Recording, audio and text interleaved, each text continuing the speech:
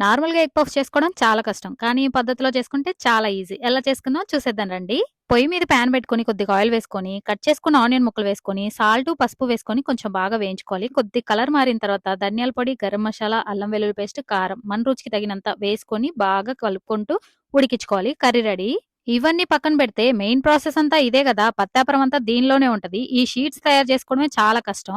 ఆ కష్టాన్ని తగ్గించుకోవడానికే వీటిని బయట నుంచి తెచ్చుకున్న ఫ్రోజన్‌వి మనకి వాల్‌మార్ట్‌లో దొరుకుతాయి. దేశీ స్టోర్‌లో ఎక్కడైనా దొరుకుతాయి. చక్కగా షీట్స్ చేసుకొని, కర్రీ పెట్టేసుకొని, మొన్న వండుకున్న పింక్ ఎగ్స్ పెట్టేసుకొని, పాకెట్స్ రెడీ చేసుకొని పెట్టేసుకున్నాను.